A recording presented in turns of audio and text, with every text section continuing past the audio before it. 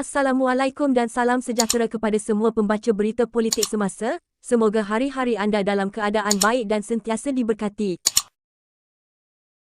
Terkenal dengan jolokan Giant Killer apabila berjaya menewaskan Presiden PAS Abdul Hadi Awang sebanyak 2 kali di Parlimen Marang, Abdul Rahman Bakar berkata resipi utama kejayaannya ialah mahir berdebat dan berceramah.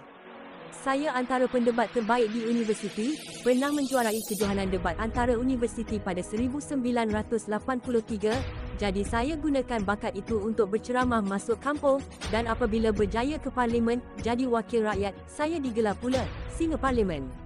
Apabila berceramah di kampung-kampung atau pusat daerah mengundi PDM, sesiapa lalu mesti berhenti.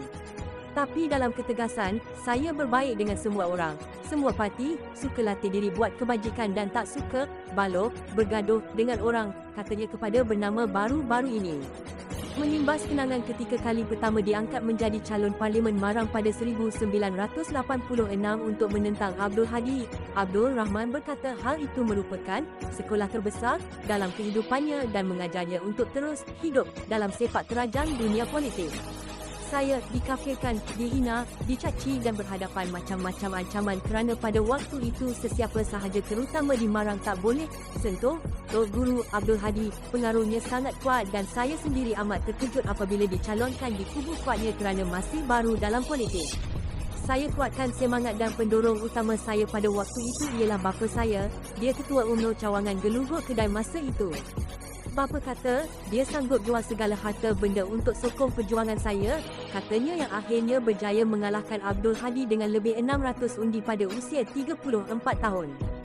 Giant Killer itu pada pilihan raya seterusnya kalah beberapa kali dengan majoriti tipis, namun sekali lagi dia berjaya menumpaskan tokoh politik PAS itu pada PRU 2004, bagaimanapun tidak dicalonkan semula sehingga kini.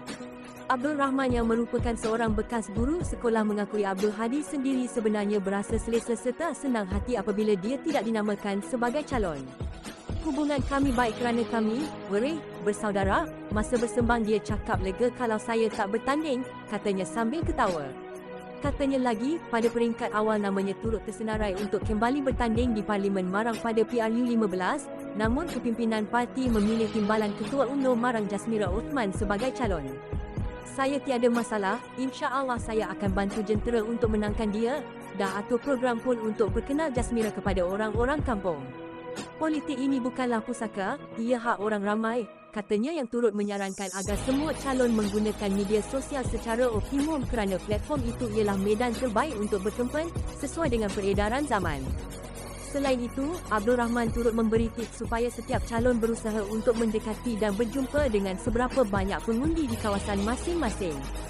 Sekurang-kurangnya kena jumpa separuh daripada pengundi, kalau ada 130,000 pengundi kena jumpa lebih 60,000 pengundi. Pergi masjid, surau dan dekati anak muda termasuk mat motor, katanya yang bukan sahaja menjadi rujukan calon BN, malah turut dicari calon parti lain yang akan bertanding di Terengganu terutama bagi kerusi Marang. Katanya, lanskap politik kini telah berubah dan ia terbukti apabila hampir kesemua Parlimen Terengganu pada kali ini akan menyaksikan pertarungan 4 penjuru melibatkan BN, PAS, PH dan pejuang di bawah Gerakan Tanah Air GTA. Tidak seperti dahulu, dia berkata negeri itu biasanya hanya menyaksikan pertempuran antara PAS dengan BN, namun kali ini kemasukan PH dan GTA tidak boleh dipandang enteng dan mana-mana parti yang mahu menang perlu bekerja keras.